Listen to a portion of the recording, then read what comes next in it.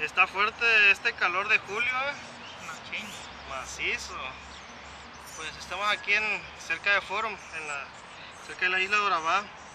Oye Jorge, y aprovechando, pues hemos platicado en otras ocasiones, ya sea de la iglesia, de la escuela, pero no me has contado muchas cosas de tu vida. Por ejemplo, ¿de dónde eres originario tú? ¿Dónde naciste? Pues yo siempre que me preguntan eso, siempre digo que soy de Sonora, ¿no? Porque la gente a veces no me cree. Pero en realidad yo nací en Quintana Roo, en un pueblo que se llama Bacalar. Allá fue donde nací, allá me crié. ¿En qué fecha naciste? Más o menos por allá como en el 76, creo. ¿Tus padres? Pues mis papás mi mamá es de acá de Sonora, de Bacadehuachi. Mi papá me parece que es de allá del sur. Hubo un tiempo en el que parece que el presidente Lázaro Cárdenas estuvo haciendo lo de los ejidos, entonces estaban regalando tierras para el sur. Mi abuelo se entera de esta oportunidad y decide agarrar a su familia y viajar hacia allá. Allá mi mamá conoce al que fue mi papá y pues allá me tuvieron a mí. Ya después yo me fui con mi abuelo. ¿Acaso fue una enfermedad que tuve? Parece que es anemia, lo que tenía. ¿Con tu abuelo dónde? A Campeche. El doctor le dice a mi madre que, pues que si me quiere salvar la vida, que me cambie de ambiente. Y deciden mandarme para Campeche para que me críen mis abuelos. Allá hice mi primaria. ¿Qué recuerdos tienes de tu infancia? Pues en realidad son recuerdos muy bonitos, ¿no? A pesar de que siempre me hizo falta el padre, al quedarme con mis abuelos, pues yo me crié en un pueblo. En un pueblo, pues, estábamos hablando de un solar de 50 metros por 50, y eran dos solares juntos, uno de mi abuelo y uno de su hijo, y pues tenía mucho terreno para la vagancia, ¿no? Para jugar. ¿A dónde ibas a jugar tú? Pues, por lo general jugaba ahí en el terreno, te digo, era un terreno muy grande. Teníamos juegos como subir a los árboles, jugar a los encantados arriba de los árboles, corretearnos abajo, jugar a los vaqueros, jugar a los indios, jugar a los carros, a los carritos, pues. No teníamos necesidad de irnos a ningún otro lado porque pues el terreno, como te digo, era grandísimo, y había árboles frutales. Una infancia en ese sentido con mis abuelos, una infancia muy bonita. ¿Te regañaban? Pues sí, ¿Qué cuando me portaba mal, cuando hacía mis travesuras, pues a veces no llegaba a tiempo, ¿no? Mi abuela nos pegaba el grito y pues mis abuelos eran de los que te hablaban 3 veces, o más bien dicho 2 veces, porque la tercera ya era un barazo, ¿no? No era de las personas que te acababan a palos o te acababan a golpes en la cabeza, simplemente te daban un par con una vara de tamarindo, por ejemplo, un par de varazos en las canillas y es todo, ¿no? Y ya después te explicaban más bien por qué te habían pegado, ¿no? Uno cuando está plebe, pues a veces no entiende, pues, y a uno le hablan y le hablan y le hablan y uno no acude. O también cuando te mandan al mandado y está tu grupo de amigos allá o tus primos jugando a las canicas y te dices tú, no, pues me voy a echar un jueguito mientras, y se te hace tarde y no llegas a tiempo con el mandado, pues te dan tu parejonazo. ¿Dónde estudiaste? ¿En qué escuelas? Pues la primaria le hice allá en Campeche. ¿Cómo se llama? La verdad no me acuerdo el nombre de la escuela, no me acuerdo, pero el pueblo se llamaba Francisco Villa. Me imagino que la escuela por ahí debe llevar un nombre también así de esos revolucionarios. Ahí me quedé un tiempo, como a los 10 años más o menos. Mi abuela ya no podía con el asma, tenía mucho tiempo sufriendo con el asma, y mi abuelo decide vender las tierras y vender los animales y decide viajar otra vez a Sonora. Entonces yo llego a Sonora como a los 9, 10 años y ahí termino de criarme. ¿Qué recuerdos tienes de Sonora? Pues cuando llegué se me hacía un lugar muy diferente, ¿no? A Campeche. Campeche es muy verde, muy lluvioso, se ve mucha fauna, muchos animales, muchas aves, mucha vida se ve. Cuando yo llego a Sonora empiezo a sentir, está muy pelón todo, los cerros pelones, una que otra otro árbol por ahí. La verdad no me gustó al principio, ¿no? Pero ya después empecé a conocer la ciudad, y comencé a trabajar, comencé a estudiar, comencé a hacer amistades. ¿En qué Y pues trabajabas? no me puedo quejar. Cuando empecé a trabajar, pues no sabía hacer nada. Entonces yo lo que hacía era irme a las casas, decía yo casas ricas, ¿no? Ahora que lo veo a la distancia, pues era gente de clase media, por ahí según lo clasifica el gobierno. Sí. Y pues pido chance para lavar carros, pido chance para barrer banquetas. Mi primera lavada de carro fue un chasco, porque yo me encontré con una esponja, ¿no? Y dije, voy a secar el carro con esta esponja. Resulta que la esponja era una fibra de vidrio. Rayé todo el carro. Afortunadamente me tocó una buena persona que entendió el asunto. Era una maestra. Dijo, luego lo mandamos pulir. Y fíjate que esa señora, me quedé trabajando años con esa señora, me enseñó muchas cosas, me enseñó a hacer mucho qué hacer de la casa. Pues esos eran mis trabajos al principio, ¿no? Ya después mis trabajos fueron ayudante electricista, ayudante de carpintero, inclusive anduve ayudante de albañil. Pero pues hay que hacerle de todo. Ahí en Sonora, ¿en qué escuela estuviste? Allá estuve en una que le llaman Federal 8, pero en realidad, bueno, creo que se me olvidó algo. Yo cuando llegué a Sonora, allí hice quinto y sexto de primaria. Realmente ahí terminé la primaria. La inicié en Campeche, pero la terminé en Sonora. Luego me metí a la Federal 8, pues ahí como pudieron, un hermano mío me ayuda para pagar la inscripción y lo que viene siendo los útiles escolares. Y me meto a la Federal 8, pero no aguanté ni siquiera un año. La escasez económica, el no tener para el desayuno, para la comida, para los zapatos, pues me vi obligado a dejar la escuela y me puse a trabajar. Ayudante de albañil, como te dicen, ayudante electricista con un tío, ayudante de carpintero. Y pues no terminé la escuela. Después me di cuenta que necesitaba terminar la escuela porque siempre que buscaba un trabajo, miraba, ¿no?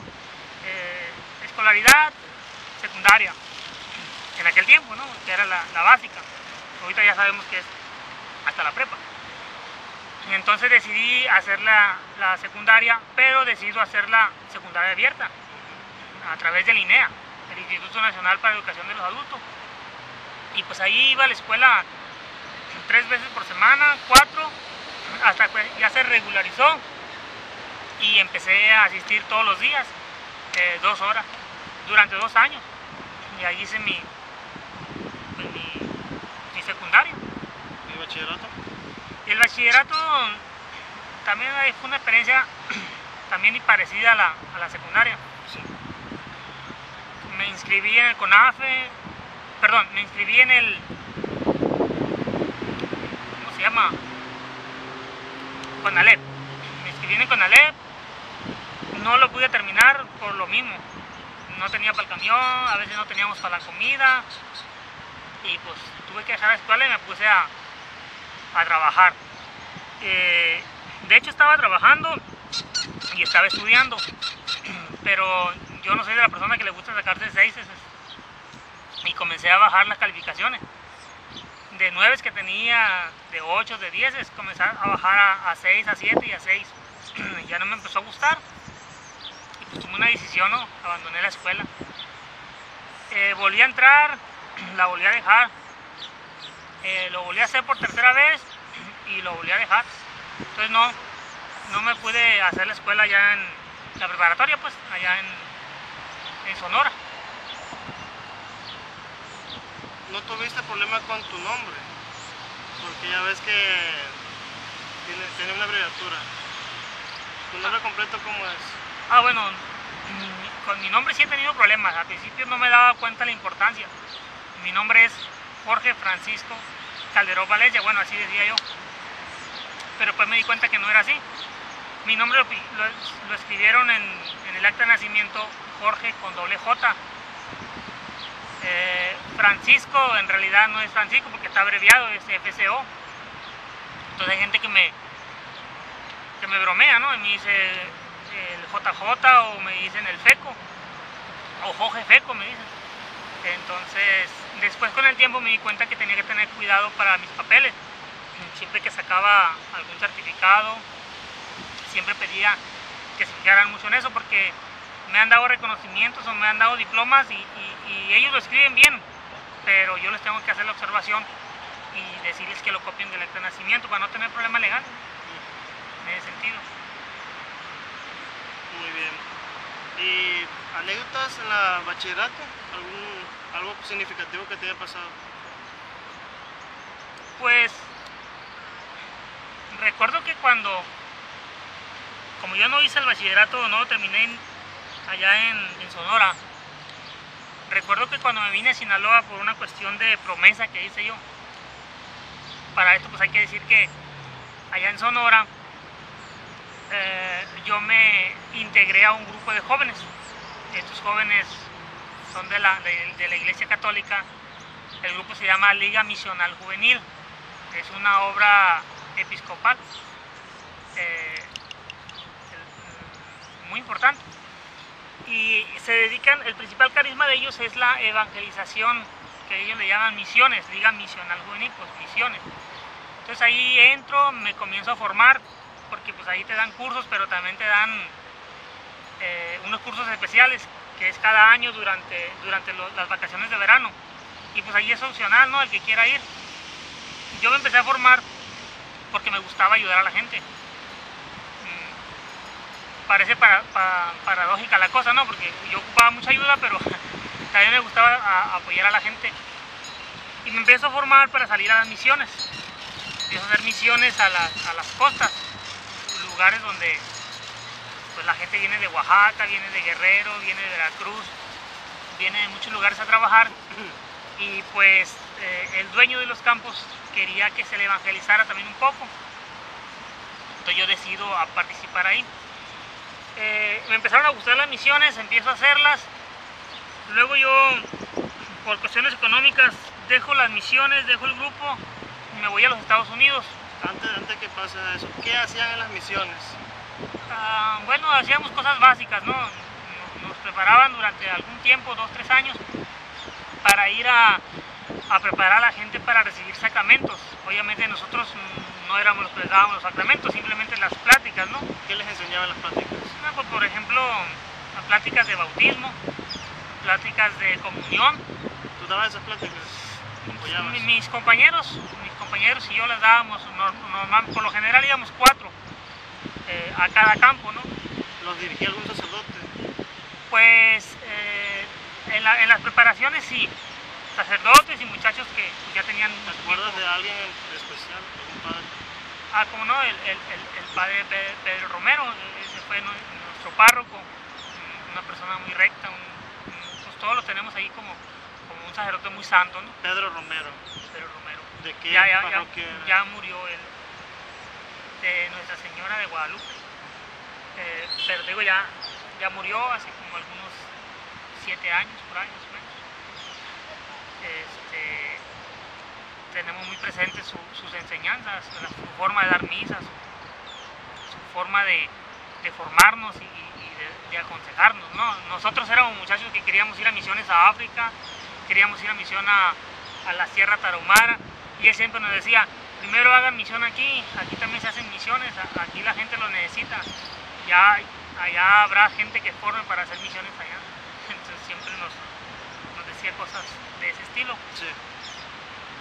Bueno, te decía, me fui a Estados Unidos, trabajé 2 años, para no hacerte larga la historia, me enfermo de depresión y me recomienda un médico, o te vas, o dejas el trabajo, reduces tus horas laborales, porque no la vas a hacer al ritmo que llevas, te vas a morir, me dice. En ese tiempo, pues Dios sabe por qué las cosas, en ese tiempo se enferma mi abuela, cae muy grave, y entonces me dice mi hermana, si no te vienes, no vas a encontrar viva a mi abuela. Como yo me había criado con mis abuelos maternos, pues me vine. Para entrar fue todo un show, ¿no?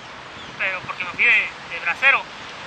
Pero para venirme nomás compré un boleto de avión y de volada me vine. ¿Dónde estabas? Estaba en Atlanta, en una comunidad, en un condado que se llama Douglasville.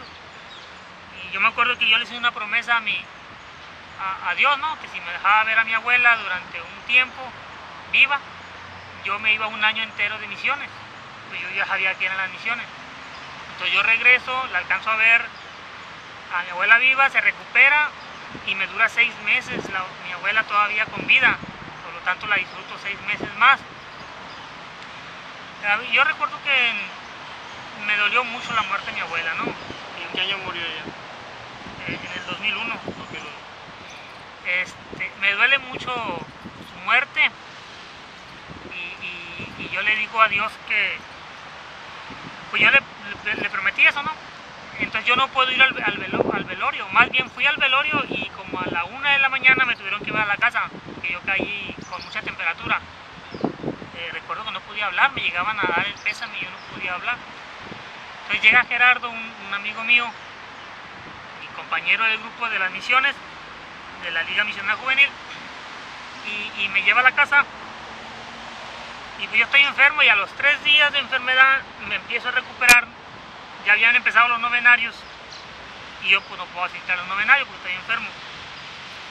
Y recuerdo que llega Gerardo y me toca la puerta de la casa. Me dice que sí, ¿cómo estoy? Digo que ya me estoy recuperando. Me acuerdo que era de noche. Y me dice, viene a buscarte una persona. Y salgo y veo un señor chaparrito, barbón, así parece de por allá de Pakistán.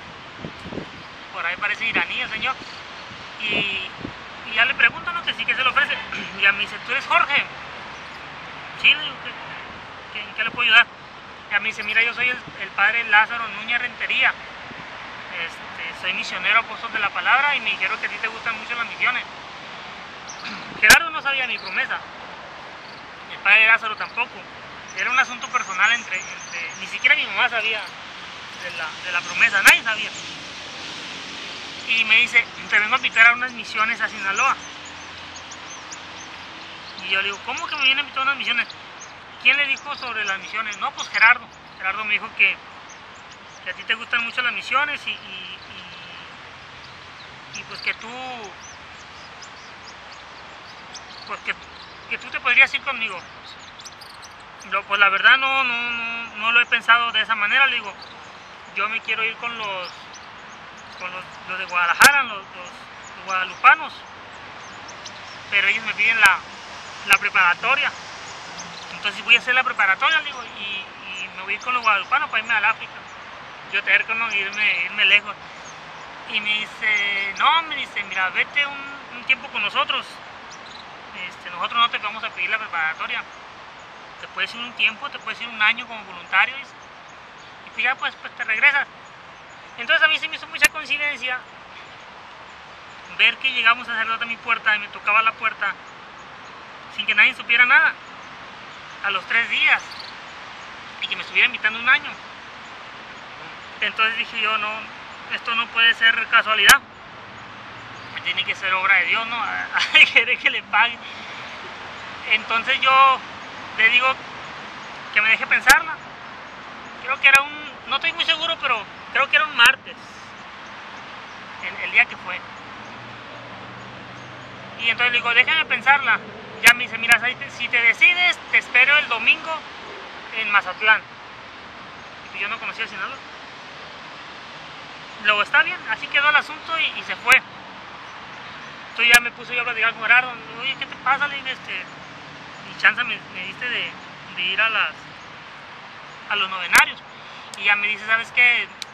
Pues él me dijo que andaba buscando gente y a mí se me ocurrió que tú podías, pero yo no sabía que tu abuela había muerto. Pues yo me enteré ese mismo día. Y el padre pues andaba por aquí y se dejó venir. Ah, bueno, pues está bien, ¿no? Ya platiqué con él y le dije, ¿sabes qué? Vente conmigo, le dije, porque empecé a tomar la decisión de que sí me iba a venir. Y hablé con mi mamá, le dije, ¿sabes qué, mamá? Así, le platiqué de la promesa y me dijo, no, pues tú sabes, hijo, usted si quiere ir, váyase. Y ya platiqué con el Gera no se quería venir. En aquel tiempo era coordinador del grupo, pero ya era la segunda ocasión. Para no hacerte muy largo el cuento, fuimos a pedirle permiso al padre padre Pedro. Padre Pedro era que no te dejaban ir a misiones fuera de su terreno.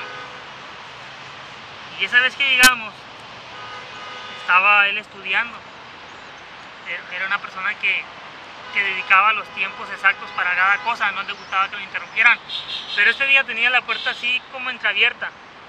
Fuimos al seminario, nos asomamos y se dio cuenta que alguien andaba afuera de metiche, ¿no?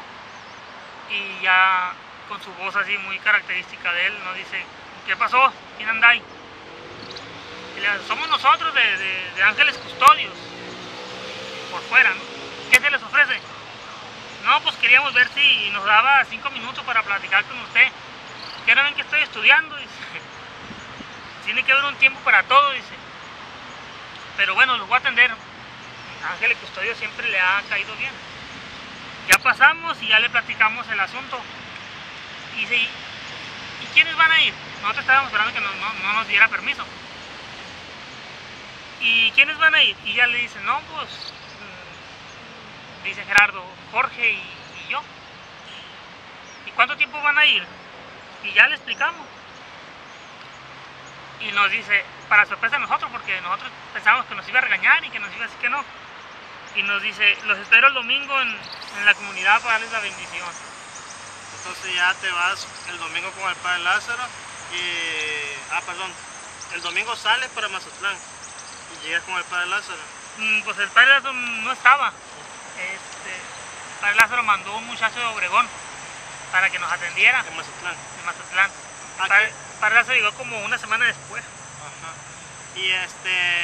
Y ya tu experiencia con el padre Lázaro, recorrieron qué lugares de Sinaloa, qué hicieron. Pues ya después de que nos preparamos 3 meses, un curso intensivo, y luego 5 meses de práctica, ¿no? Lo que hacíamos nosotros era que teníamos un programa y teníamos un libro base, bueno, 2 libros bases. El diálogo con los protestantes, que siempre lo he tenido, aquí lo traigo, creo. El diálogo con los protestantes era uno de ellos, este libro. Sí. Y la Biblia, ¿no? Eran nuestros 2 libros de cabecera. Sí. Obviamente leíamos muchos libros y muchas cosas, pero estos siempre los cargábamos, era de ley. Aquí en el libro hay un programa en la parte de atrás. Por lo general, nosotros dábamos 2 tipos de cursos. Un curso básico de concientización y un curso, digamos, un poquito más intensivo con la finalidad de formar grupos. Entonces eran 2 tipos de cursos los que ofrecíamos. Para esto nosotros teníamos que ir con los sacerdotes a decirles: miren, nosotros somos del movimiento Apóstoles de la Palabra, somos voluntarios, estamos ofreciendo estos cursos. Le explicábamos de qué se trataba el curso, ¿no? Los cursos se trataban de aclarar dudas de los católicos, fortalecer su fe, obviamente fortalecer su identidad como católico, que empiecen a conocer por qué de algunas prácticas, por qué se manejan algunos conceptos. Tú sabes que hay muchas iglesias y grupos separados, ¿no? de la Iglesia Católica, y cuestionan a los católicos. Nosotros los conocemos como hermanos separados. Estos hermanos separados les encanta hacerle preguntas a los católicos de muchos temas. Entonces dejan un montón de dudas porque por lo general los católicos pues no conocen bien su religión. La mayoría, ¿no? El católico popular, el católico que se prepara, el católico que va a cursos, el católico que practica, pues con ese no se meten.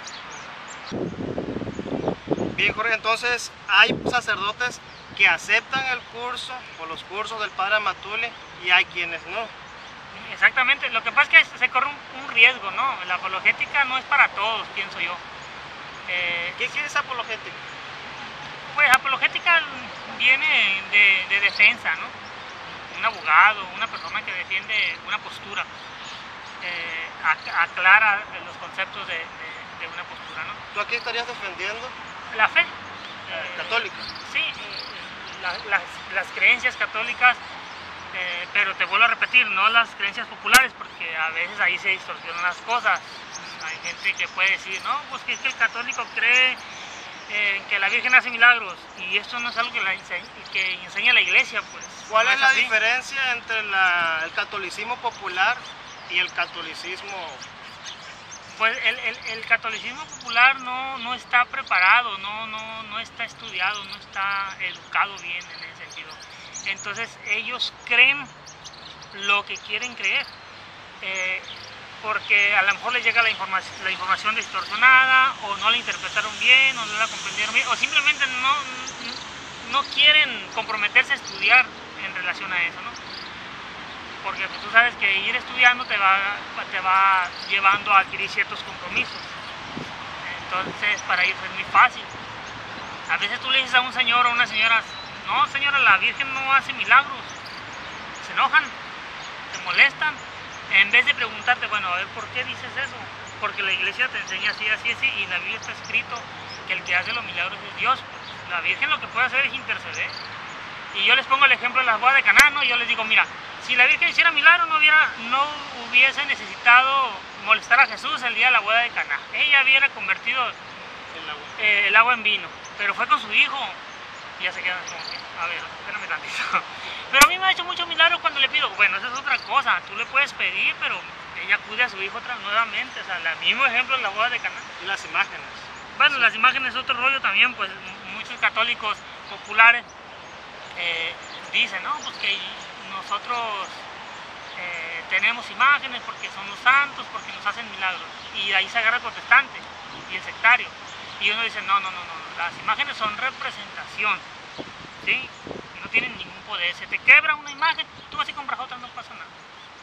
Entonces, hay temas que digo, son muy importantes que el católico lo sepa, que en relación de la fe parece insignificativos, ¿no? Pero en relación de las prácticas, cómo practicas tu fe, ahí sí podrían ser significativos. Entonces es mejor prepararlos. Pero como te digo, la apologética es una espada de doble filo, donde tú cuando estás dialogando con alguien, hay una línea muy delgada entre un diálogo, ¿sí?, que se puede convertir en algo muy acalorado y después llegar a las ofensas. Y eso, si la persona no lo sabe controlar, si no sabe manejar sus emociones, pues se puede perder, que en vez de hacer un diálogo provechoso, pues se haga una discordia, se haga más desunión en vez de buscar un acuerdo, ¿no? Y por eso muchos sacerdotes no quieren comprometerse porque les da miedo esto, pues no saben cómo manejarlo. Y hay otros sacerdotes que dicen, mira, aquí hay una oportunidad de fortalecer la fe del católico, que es nuestro primer objetivo, ¿no? Fortalecer la fe del católico, ¿para qué? Para cuando llegue el hermano y le haga el cuestionamiento, pues sepa cómo responder, porque está respondiendo por todos los católicos. Entonces si la estás regando, para no decirlo más feo, pues te está llevando entre los pies a todos, pues. En una ocasión dijo un sacerdote en Culiacán que el método del padre Amatuli podría provocar una pelea. Es lo que acabo de decir, podría. ¿Por qué? Porque requiere de mucha preparación. La intención no es esa. No, obviamente que no. La intención es aclarar, es llegar a un acuerdo. Si tú como hermano vienes a mí y me dices, a ver, católico, tú no debes de bautizar a los niños porque Jesús se bautizó de grande, y das todos tus argumentos del por qué se deben de bautizar nada más los adultos. Entonces yo tengo todo el derecho de que tú también me escuches, ¿no? Y de decirte mis argumentos, y decirte, mira, a empezar, Jesús se bautizó de grande porque cuando él nació no había bautismo. Lo que había era circuncisión judía. Exactamente, y se la hicieron, para empezar, ¿sí? Luego, la Biblia nunca dice que el bautismo no se lo deben de dar a los niños. Al contrario, la Biblia dice que es para todos, para ti y para tus hijos. Lidia se bautiza a ella y su familia, el carcelero se bautiza a él y su familia. La palabra familia es para todos, ¿sí me explico? Entonces, cuando un hermano viene buscando realmente la verdad, porque muchas veces vienen tratando de confundir, tratando de distorsionar, tratando de defender una postura y no quedarse más que en esa postura sin reflexionar lo demás, pues ahí el diálogo no va a producir frutos. Pero si un protestante viene con un católico, pero viene realmente deseoso de saber la verdad, de lo que hay detrás de un tema, entonces un hermano se convierte cuando viene en busca de la verdad, porque si no, no va a poner la verdad por encima de sus argumentos, o de su diálogo, o de su creencia. Entonces el diálogo no va a producir ningún fruto. ¿Cuál es la diferencia entre una secta, una iglesia protestante y el catolicismo? Bueno, si nos vamos a la historia, la iglesia católica ha existido desde que Cristo la fundó. Después, ¿Qué cita utilizas para ello? bueno, yo he visto en Mateo 16:18 cómo Jesús dice: y sobre esta piedra edificaré mi iglesia, es decir, edifica una. Luego dice: vayan a todo el mundo. Estamos hablando de una sola iglesia y de una iglesia universal. Mira, no es tan sencillo. Tienes que saber historia también, tienes que conocer patrística, tienes que conocer la historia de la asociación papal. No es algo que yo te pueda decir en un tema de iglesia en media hora. Hubo más, hubo mucho tiempo para eso. No es tan fácil, pues. La Biblia lo avala, la historia lo avala. Una sola iglesia y universal. Entonces, después se divide la iglesia de Oriente y de Occidente. Ahí tenemos los ortodoxos. Fue la primera división grande, que se llama cisma de la iglesia, por allá en el año 1000. Alrededor más o menos del año 1000, no recuerdo bien la fecha, 1044, no recuerdo bien. Luego, después de eso, iglesia católica y ortodoxos. Después viene Lutero y se rebela contra la iglesia porque, hay que decirlo, algunos obispos, sacerdotes no estaban haciendo las cosas bien, se estaban enfriando. Lutero quiere recuperar el fervor eclesiástico, pero lo hace de una manera que se le sale de las manos, mete asuntos políticos también. Entonces se separa de la iglesia, ahí nace el protestantismo, ¿sí? Lutero, Calvino, y no recuerdo otros nombres ahorita por el momento, pero de ahí nace el protestantismo. Y las sectas son un punto y aparte muy diferente, ¿no? Nacen de personas que fundan sus propias iglesias, se apartan de las creencias de los demás y hacen sus propias creencias, obviamente con la Biblia en mano, ¿no? Después de que Gutenberg inventa la imprenta, se empiezan a hacer Biblias de diferentes idiomas, y con aquella primicia de Lutero de libre interpretación de la Biblia, pues se hace un desastre, ¿no? Empiezan a salir protestantes y sectas. Entonces podemos decir que los protestantes son del siglo XVI, más o menos, y las sectas serían de fin del siglo XIX. Por ahí. Y se empieza a ver un fervor muy grande, ¿no? Sectas por donde quiera, inclusive aquí en México. Ya Joaquín ya hizo la luz del mundo. Entonces, lo interesante es que la mayoría viene de Estados Unidos, ¿sí? Los apostólicos, los mormones, los testigos de Jehová, son patrocinados por Estados Unidos y los mandan para acá. ¿Por qué? Porque en México, históricamente hablando, pues sabemos que los españoles llegan aquí, por lo tanto traen la religión cristiana, traen la religión católica, acuérdate de los grupos misioneros, los franciscanos, los calvinistas, los justinos, todos ellos llegan aquí y se hace la religión católica. Todo era católico aquí en México, hasta que empezaron a mandar a los sectarios. Entonces empezaron a dividir al pueblo. Es una estrategia, ¿no? Me gustaría que me platicaras tu contacto con el padre Matuli. ¿Cómo lo conociste? Bueno, el padre Matuli yo lo conocí muchos años después, ¿no? Hicimos muchas misiones. Se hace un congreso en Mazatlán, un congreso de apóstoles de la palabra, y no recuerdo el año, por allá en el 2003, 2004. Y es invitado el padre Matuli para dar unas conferencias, y llega a la escuela esta que se llama ICO, me parece, que se llama ICO, y ahí se hace el congreso. Ahí fue donde lo conocí. No, esa fue la segunda vez, perdón. La primera vez que se hizo el congreso se hizo en la parroquia Cristo Rey, creo, ahí muy cerca del centro. Después se hizo en el ICO. Fueron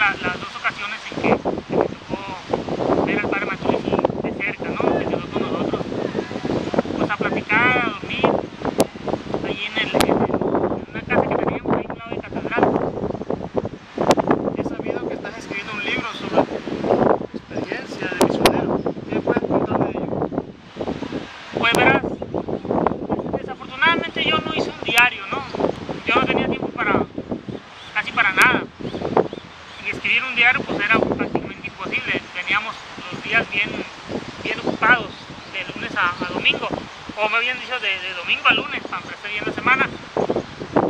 Entonces,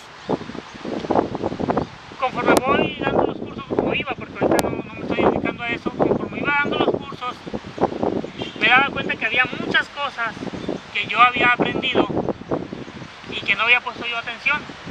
Y que cuando la gente me pregunta, pues esas cosas yo por mis experiencias, yo se las voy diciendo. Que no venían en el manual, en el libro. Que no vienen en el libro. En realidad no es un manual, simplemente es un libro de texto. Hay mucha gente que escribe sobre apologética, pero esto es algo muy sencillo para todas las personas. Entonces a mí se me ocurrió la idea de escribir un libro, pero al principio yo lo quise hacer un poquito parecido a este, pero con menos temas. Este trae muchísimos temas. Yo quería hacer un tema de consejos para dialogar, ¿sí? El tema de iglesia, de Cristo, y el tema de la iglesia prefigurada antes de Cristo. Entonces en eso estoy. El problema era que cómo lo redactaba, pues, si lo redactaba así que se pareciera un tema muy, no sé cómo, muy estructurado, o irlo platicando conforme a experiencias que yo he tenido de diálogo. Entonces se me ocurre esto último. Yo tuve un diálogo que recuerdo muy bien en una comunidad que se llama Los Pozos. Esa comunidad está entrando por Vía Unión, agarras rumbo a Gualamo y te vas por toda la costa, como yendo a Agua Verde, más o menos a la mitad de lo que es Gualamo y Agua Verde, porque luego sales a Rosario, ¿no? Está una comunidad que se llama Los Pozos, y creo que a un lado de Los Pozos está, no me acuerdo el nombre de esta comunidad, algo de Beltrán. A esa comunidad fuimos a evangelizar, tuvimos 15 días. Nosotros íbamos de casa en casa por las mañanas, por las tardes hacíamos el curso. Entonces evangelizamos y dialogábamos con la gente, íbamos de casa en casa. Yo me acuerdo que me tocó dialogar con un testigo de Jehová que digamos era el encargado de la comunidad, de la comunidad de los jehovistas de ahí. Y pues el diálogo fue muy bien, a mí me gustó el diálogo, me fui de la comunidad, por razón de algunos contactos que yo tuve ahí con unas señoras, porque nosotros hacíamos grupos por teléfono, me hicieron algunas preguntas. Me dijeron que si yo había platicado con este señor, testigo de Jehová, dije que sí. Y me dijo, pues es que anda diciendo que tú estuviste de acuerdo en todo lo que él, de los temas de la Virgen María, que la Virgen María sí tuvo más hijos, que los niños no se deben de bautizar, que las imágenes están prohibidas, que los católicos deberían de tirarlas, que tú estuviste de acuerdo con todo. Y pues a mí me sorprendió porque esta señora pues es muy, digamos, asiste mucho a la iglesia, devota, vamos a llamarla así. Y le dije, ¿qué le parece si en un día de estos yo me doy un tiempo, porque estaba lejos, yo me doy un tiempo y paso a la comunidad, unos 2 o 3 días, porque nosotros hacíamos eso, de repente íbamos y le dábamos la vuelta a ver cómo estaban, si se les ofrecía algo. Bueno, llegué, platiqué con las personas y sí, el pueblo andaba así como, no lo podía creer, ¿no? De que el testigo de Jehová había dicho eso. Entonces yo hice un trato con la gente, ¿no? Vayan con esta persona y díganle que si quiere tener una conversación conmigo, ahí en su casa. Pero las condiciones van a ser las siguientes. Ustedes me van a acompañar, ustedes no van a dialogar con él, ustedes no van a escuchar. Entonces, que él ponga el día y la hora. El Señor no quería, pero la gente lo presionó, ¿no? Bueno, pues aquí está el muchacho, a ver, demuestra, ¿no? Que lo que estás diciendo, mira, él ya sabes cómo platica, cómo dialoga, pues nosotros nos vamos a estar escuchando. Bueno, lo presionaron tanto que el Señor accedió, pero me dio 3 días para eso, ¿no? Para prepararse. Pues yo seguí con la comunidad, platicando con ellas, aclarando algunas dudas que tenían. Yo no sabía lo que me esperaba, porque este señor, cuando yo llegué a su casa, pues ya tenía todo preparado, ¿no? Ya tenía mesa, ya tenía sillas. Pero yo miré a otro señor ahí, señor de sombrero, así con un sombrerito de paja, su maletín, con su corbatita. Y este señor nunca lo he visto, ¿no? Ya empecé a sospechar. Pero ¿qué crees? Yo llevaba una grabadora de esas grabadoras chiquitas, pero de las antiguas que todavía se miran, ¿no? No como las de hoy digitales que te las metes en la bolsa y ni cuenta se dan que lo estás grabando. Y entonces ya nos sentamos y ya pusimos, ¿no? Las condiciones para dialogar. Que te iba a dejar hablar lo iba a dejar hablar a él por un tiempo, un argumento, un tema, luego después yo, y que íbamos a ir tema por tema, que no nos íbamos a brincar porque les encanta brincarse los temas, y que el tema iba a ser iglesia. Y le dije, ¿y sabe qué? Y saco mi grabadora, ¿no? ¿Sabe qué? Y traigo una grabadora, le digo, para escuchar después lo que usted dice y lo que yo digo. No vaya a ser que estemos diciendo algo que no vaya de acuerdo con la palabra de Dios. Pues el Señor no quería, ¿no? No quería que se grabara. Y pues yo lo hice adrede, ¿no? Dije yo, aquí va a quedar en evidencia, ¿no? Lo que se está diciendo, a ver si es cierto que lo que yo estoy diciendo pues va en contra de lo que realmente yo enseño. Y ya la gente lo presiona para que la conversación se grabe, pues no le quedó de otra. Dijo que sí y empezamos a dialogar el tema de iglesia.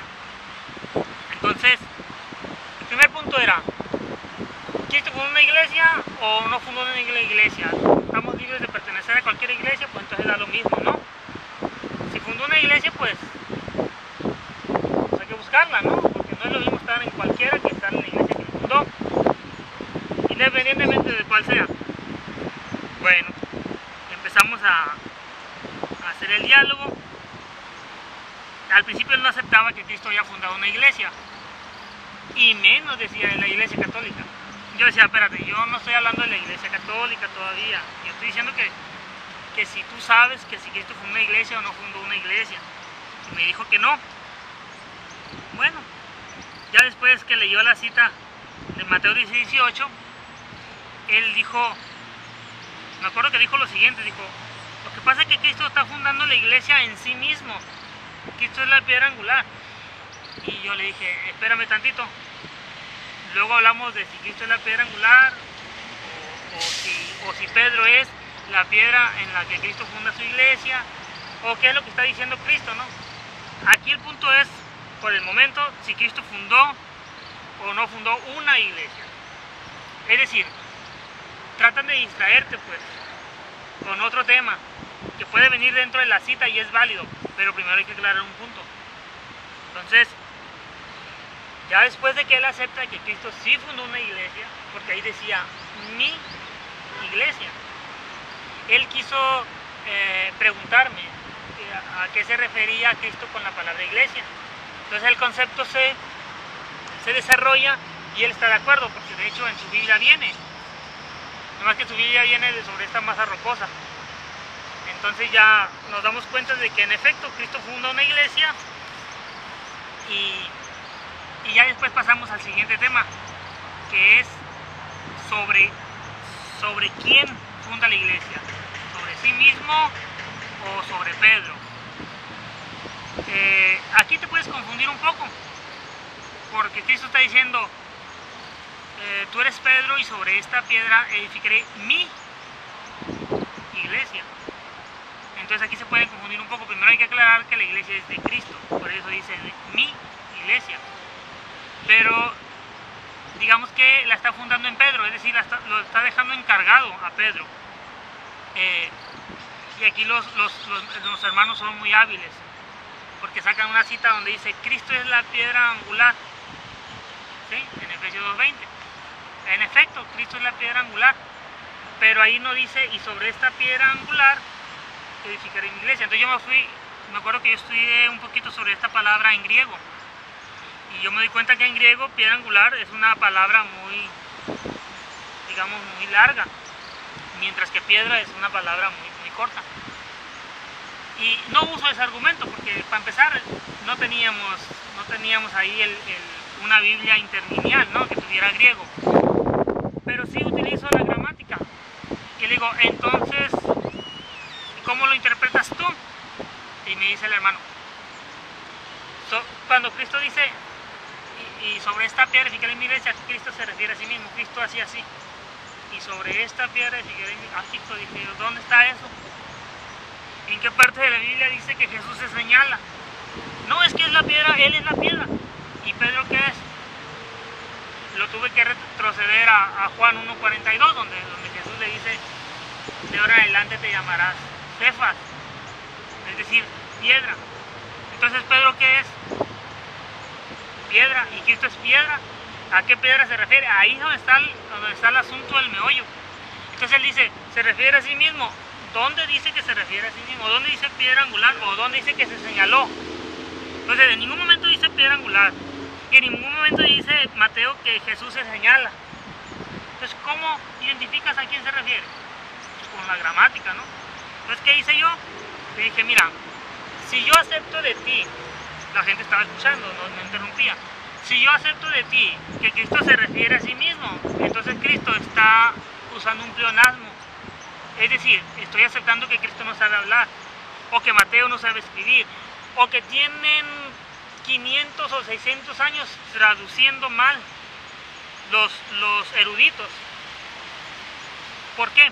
Bueno, porque si Cristo dice, y sobre esta piedra edifico, señalándose a sí mismo, tenía que decir la iglesia, porque si no estaría repitiendo dos veces el posesivo mi. Y sobre mí edifico mi iglesia. Pues óyeme, no. Entonces sí, sobre mí edifico la iglesia. ¿Sí me explico? Entonces ya el amigo ya no supo por dónde hacerse. Y recuerdo bien clarito que el otro señor fue la primera vez que habló. Y le dijo, ¿sabes qué? Déjame hablar con él. Y a mí se me hizo raro. Y le dije, ¿quién es el señor? No, pues él viene, no sé si me dijo de Mazatlán o de Villa Unión. Pero sabes que tenía más arriba que él, ¿no? Dije yo, por eso me pidió 3 días. Dije yo, entre mí no, pidió otro más conocedor. Porque a mí ya me había tanteado, ya había dialogado una vez conmigo. Dije yo, pues esto se va a poner más interesante. Porque se están ahorcando solos. ¿Me explico? La gente está aquí. Cuando me vaya, la gente voy a tener este testigo. Para que los señores ya no digan que yo dije, que yo dije. Entonces era un ambiente para mí muy placentero, ¿no? Y ya empezó a hablar este señor, y ¿sabes qué? Me empezó a llevar por el tema de Pedro. Pero yo lo retrocedí y le dije, bueno, ¿Cristo fue una iglesia, sí o no? No, sí, ya aclaramos eso, ok. ¿Sobre quién la fundó? Ahí se hizo un silencio, se hizo una pausa. ¿La fundó sobre Pedro o la fundó sobre sí mismo? Entonces volvimos a dialogar sobre eso, ya no pudieron negarlo, pero tampoco lo aceptaron. O sea, quedaron en silencio, pero la gente entiende el silencio. Si tú te quedas en silencio y no sabes responder, es porque ya no tienes argumentos. Entonces, ese silencio hizo que la gente interpretara que en efecto, Cristo fundó la iglesia en Pedro, pero no es de Pedro la iglesia, es de Cristo. Ya después vino el tema de Pedro, que Pedro lo negó, bueno, pero también fue y lo confortó y le volvió a decir, apacienta mis ovejas, apacienta mis corderos. ¿Sí me explico? Pero que Pedro murió, pero que los apóstoles fueron muriendo y la iglesia se terminó. Hijo, entonces no duró ni 150 años la iglesia de Jesús. ¿Ustedes qué son? No, pues testigos de Jehová. ¿En qué año se fundó? No, pues que en no recuerdo bien el año, 1830. 1874 más o menos. Algo así, ¿no? Entonces tu iglesia tiene más tiempo que la de Jesús. No me saliste para fregón tú, no, duró más tiempo tu iglesia que la que fundó Jesucristo. O sea, no es por ahí. Jesús dice, y los poderes de la muerte no la podrán vencer. Sí, y vayan a todo el mundo que yo estaré con ustedes. ¿Cómo puedes decir eso? Bueno, el tema se hizo como de 2 o 3 horas. Sí, pero quedaron en evidencia. Digo, fue un tema para mí muy significativo que lo quiero llevar a plasmarlo en el libro. ¿Cómo quedan ellos? No, pues terminamos el diálogo. A mí la verdad no me interesaba tanto convencerlos a ellos, ¿no? Ellos siguen en su religión. Pero la gente se dio cuenta, pues, sí, sobre los argumentos. tienen la razón. Obviamente la Biblia tiene la razón, porque mis argumentos están aquí. Yo simplemente se los estoy poniendo a ellos en la mesa para que ellos los interpreten. Y esto a mí me da tranquilidad, porque como había gente que estaba de testigo, pues al momento de irme, como a los 3 meses hablé por teléfono y le dije qué pasó, cómo están las cosas, se ha vuelto a murmurar. No, dice, ya está todo tranquilito, ya está todo calladito, ya nadie dice nada. Esa es la diferencia, ¿no?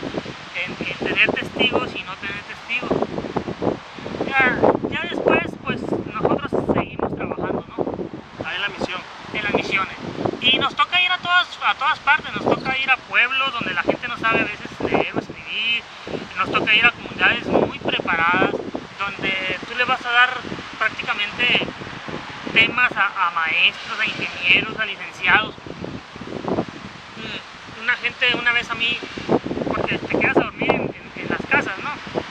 Y una señora me confiesa un día, una maestra ya jubilada me confiesa, cuando yo los vi llegar a ustedes, yo pensé en mis adentros muy orgullosa, ¿qué me van a enseñar estos niños a mí? Si yo soy maestra, ¿no? Ya estoy jubilada, tengo mucha experiencia, tengo muchos años en la iglesia. No tienen, muchachos, no tienen ni 3 días ustedes con nosotros, y nosotros íbamos a estar 15 días con ellas, y nos dicen, y nos han enseñado mucho. Sí, es muy interesante todas esas actividades que hacen los misioneros. ¿Y cómo tú decides, qué pasa por tu mente? Dices tú, ¿voy a seguir de misionero? ¿Voy a estudiar? ¿O qué pasa por tu mente? Bueno, pasa por mi mente lo siguiente. A mí me fascinan las misiones. Lo que pasa es que a veces no aguantas, porque, aunque yo se aguanté bastante, ¿no? Pero no aguantas porque se requiere de mucha preparación y mucho sacrificio. ¿Sí? Mucho sacrificio económico, bastante. Nosotros llegamos a tener hasta 15 jóvenes para prepararlos, pero no duraban ni 3 o 4 meses, no duraban, se iban a sus casas, porque el ambiente de las misiones, las condiciones de las misiones, la preparación que te exige de estudio, las caminadas que te das, las malpasadas que te das, no cualquiera lo aguanta. Y te voy a repetir, era para todo tipo de gente. Yo me empecé a dar cuenta y empecé a manejarme yo esta frase, y la repetía muchas veces con el padre Lázaro: Padre, para una mayor evangelización necesitamos una mejor preparación. Pero yo me refería a no solamente preparación teológica o histórica o filosófica, sino que también yo sentía la necesidad de una preparación, la preparatoria, porque yo no la tenía. Y yo me paraba, exactamente, y yo me paraba con gente que era ingenieros, que eran licenciados, y yo cuando los escuchaba hablar, escuchaba un léxico muy elevado, palabras que a veces yo no las conocía, pero yo tenía que preguntarle, ¿a qué se refiere con esa palabra? Porque no la conozco. Me daba vergüenza, pero yo siempre preguntaba. Entonces yo me empecé a dar cuenta que me faltaba más preparación. Entonces yo decido hacer la preparatoria, pero no hay apoyo económico.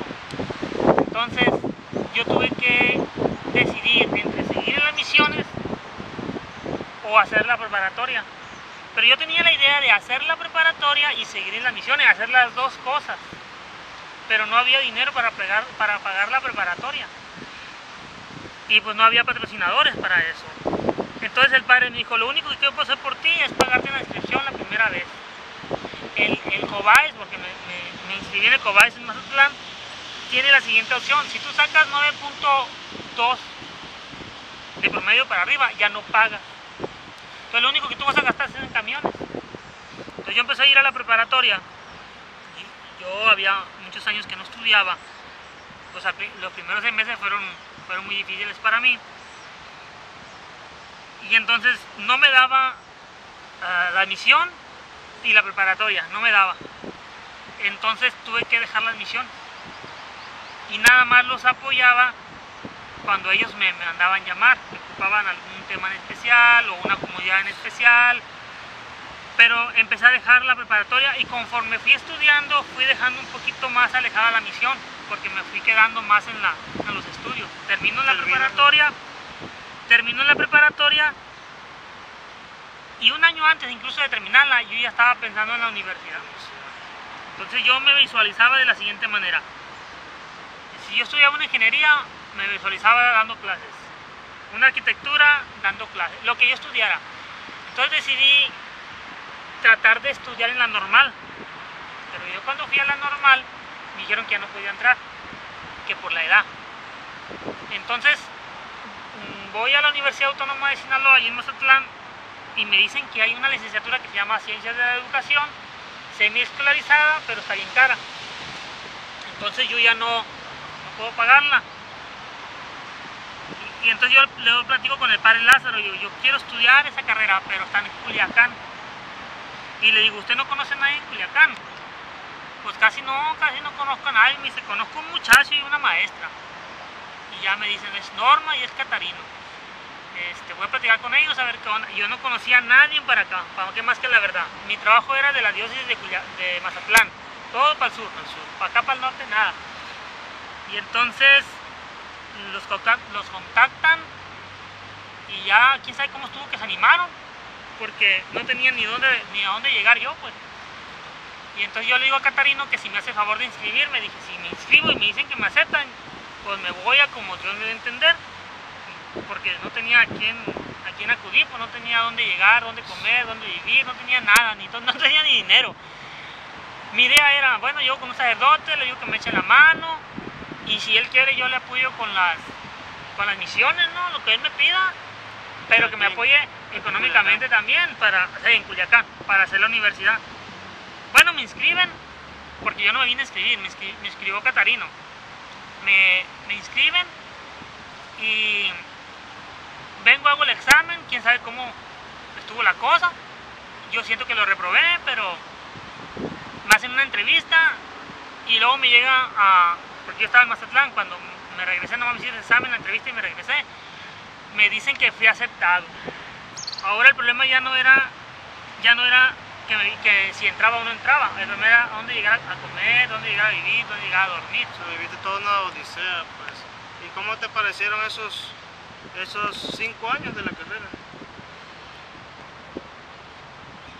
Pues la verdad fueron bien duros, y sigue siendo duro. Fue muy duro, fue muy difícil. Llegar, no tener dónde comer, no tener dónde dormir, no tener trabajo, no tener dinero. Llegar prácticamente a pedir asilo. Pero yo desde que salí inclusive antes de salir de Mazatlán, yo me puse en manos de Dios. Fue muy difícil porque llegaba a vivir a un lugar y luego me decían, ¿sabes qué? Pues te tienes que ir a otro lugar. Me iba a otro lugar y apenas me estaba acomodando a mis horarios, a mis tiempos, ¿no? Y me volvían a decir, ¿sabes qué? Pues te tienes que ir a otro lugar. Para no hacerte largo el cuento, yo creo que me cambié como unas 5 veces de lugar. Entonces eso emocionalmente te da una inestabilidad. No te deja concentrarte en la escuela, en tus proyectos, porque estás pensando ahora para dónde me voy a ir, tengo tanto tiempo para conseguir casa. Pero por otro lado, yo he sido muy dedicado, yo me lo propuse. Yo dije, así no coma, así me vaya a pie, yo voy a sacar la carrera. Que de mí no quede. ¿Cuánto sacaste el promedio? Pues ya terminé la escuela y gracias a Dios me fue bien en el promedio. Saqué 9.9.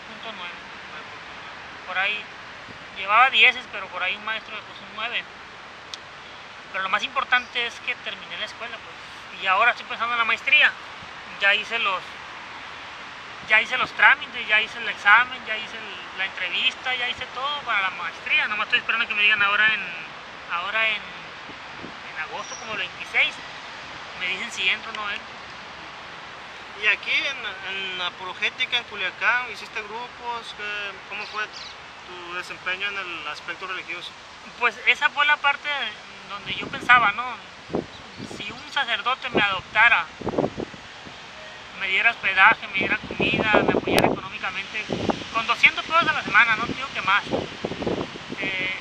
yo lo puedo apoyar dándole cursos en su parroquia. Y tú sabes que una parroquia tiene comunidades, pero no todos los sacerdotes se arriesgan, pues.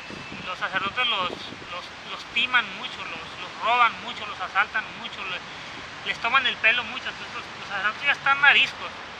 Y como a mí prácticamente no me conocían, pues el que abogó por mí, como te digo, fue usted, fue Catarino. Y fue como se me empezaron a abrir las puertas. Trabajé aquí en Tierra Blanca, en San Antonio. Fue el primer sacerdote, el padre Miguel Choza. Yo le agradezco mucho que me haya abierto las puertas sin conocerme. Después él supo que yo anduve con el padre Lázaro. Y el padre Lázaro y él estuvieron juntos en el seminario, las cosas que hace Dios, ¿no? Estuvieron juntos en el seminario y una vez lo llevé al padre Lázaro para allá y se saludaron y todo. Entonces el padre Choza me tiene en buena estima. Después él me ayuda, me consigue un ingeniero para que yo me vaya a su taller a dormir, a hacerla prácticamente velador. Después me voy acá con el padre Ramirito en el Buen Pastor. También trabajé en Estación Obispo, en algunas comunidades del Sinaloense, toda esa área para allá, pero eso ya eran, digamos, en vacaciones, ¿no? También trabajé para acá, para el lado de Guamúchil. Bueno, trabajé, fui a hacer misiones, pero eso ya fue por gusto mío, ¿no? Sí. Una manera de agradecerle a Dios. Pero aquí en Culiacán, esas dos comunidades fueron con las que más me apoyé. Ok, pues muchas gracias, Jorge. Me gustaría que ya para finalizar me dijeras, pues tú ya que tienes una licenciatura de educación, ¿cómo ves la educación en Sinaloa? ¿Hacia dónde vamos? Pues yo la educación, lo poquito tiempo que tengo aquí, porque la educación para mí es una cuestión cultural, ¿no? Tengo muy poquito tiempo aquí en Culiacán y lo que yo he visto, mi experiencia tanto en el bachillerato como en la universidad, a mí me parece lamentable, ¿no? Siento que falta mucho por hacer. Siento que los docentes y las autoridades educativas están más preocupados por la política, pero no por la política educativa, sino por una política de poder, una política donde ellos puedan superarse a sí mismos y a sus familias, ¿no? Entonces no les importa mucho la política educativa del pueblo. Y te repito, me parece a mí que la educación es una cuestión cultural y aquí en Sinaloa creo que nos falta muchísimo para cambiar la mentalidad de todos los ciudadanos, no nomás del ciudadano común, porque el ciudadano común recibe lo que se le da, ¿no? La educación, casi estoy viendo, cuando leo los libros de la educación de allá de los 60, de los 70, prácticamente no ha cambiado mucho. Se sigue educando igual. Siento una educación muy empresarial. Casi todos sus conceptos vienen desde este tema, ¿no? De competencias. Sí, todo eso que tú digas de competencias, calidad, programa, todo eso que tú escuchas viene traspolado desde los temas empresariales, ¿no? Desde estos conceptos, de esta cultura de que en vez de decir que está por encima el fin que los medios, aquí es al revés, los medios primeros que el fin. Es decir, filosóficamente hablando, no se preocupan tanto por formar un ciudadano integral, ¿no? Desde todos los frentes, no nomás para el trabajo, sino donde realmente se eduquen valores. Y ahí hay un gran problema, porque un maestro te habla mucho de valores, pero en su forma de actuar, pues tú ves que no los tiene, ¿no? Entonces no se puede así. ¿Un último mensaje para la juventud? Pues mi mensaje a los jóvenes. Yo he conocido aquí en Culiacán a algunos jóvenes que han dejado la escuela como yo y que se han dedicado a trabajar, pero también se han acercado a amistades que no les hacen ningún provecho. Entonces, una forma de motivarlos a estudiar, yo les digo, miren, ustedes métanse a la escuela y es lo único que tienen que hacer. Ahorita no se preocupen por qué van a comer, qué van a vestir, porque, te lo digo porque hay un joven como de, ahorita ya tendrá unos 22 o 23 años, no, 22 años tiene más o menos. Desde que yo lo conocí cuando llegué a Mazatlán, él ha entrado a la escuela y se ha salido, ha entrado a la escuela y se ha salido. Cuando yo platicaba con él, y todavía lo hago, me dice, es que yo no puedo ir a la escuela si no llevo 100 pesos en la bolsa, yo no puedo ir a la escuela si no me cambio diario, es decir, no me gusta repetir camisa. Entonces él está más preocupado por ese asunto cultural que hay aquí en Culiacán, ¿sí? Del buen vestir, del buen comer, del aparentar que tengo, del aparentar que puedo, del aparentar que no necesito, del aparentar que estoy bien económicamente, ¿sí me explico? Aunque en tu casa estés comiendo frijoles, tortillas duras, ¿sí? Él quiere andar bien vestido, aparentar que tiene mucho dinero. Entonces, cuando no puede hacer eso en la escuela, porque las chicas lo van a ver, los otros muchachos lo van a ver, mejor se sale. Como esos jóvenes hay muchos. Entonces, mi mensaje para los jóvenes es que se metan a la escuela y que terminen la carrera, que ya vendrán tiempos mejores. Siempre les digo, estudien. De hecho, tengo dos hermanos que les he incidido mucho en el estudio, porque tú podrás estar económicamente mal,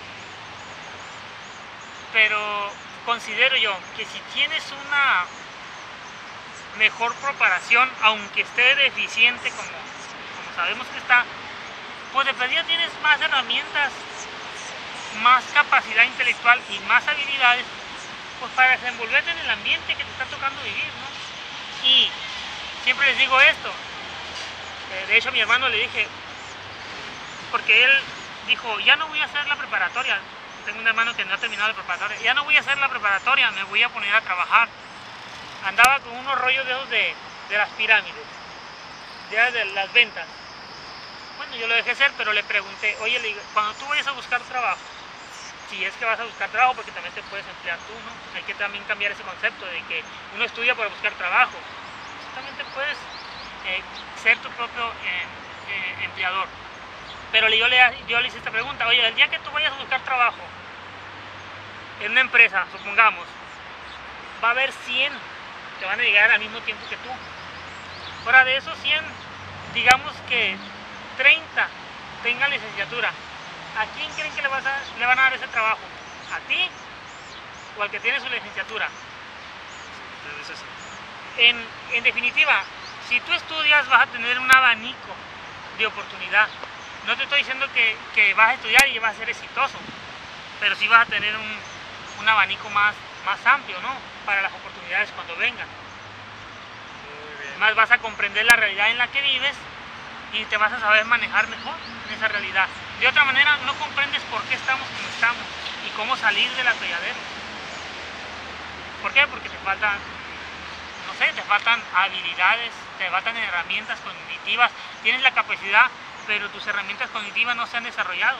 Necesitas prepararte, formarte. Bueno, pues muchas gracias, Jorge, y gracias amigos y amigas por haber escuchado esta entrevista. Pues gracias a ti, no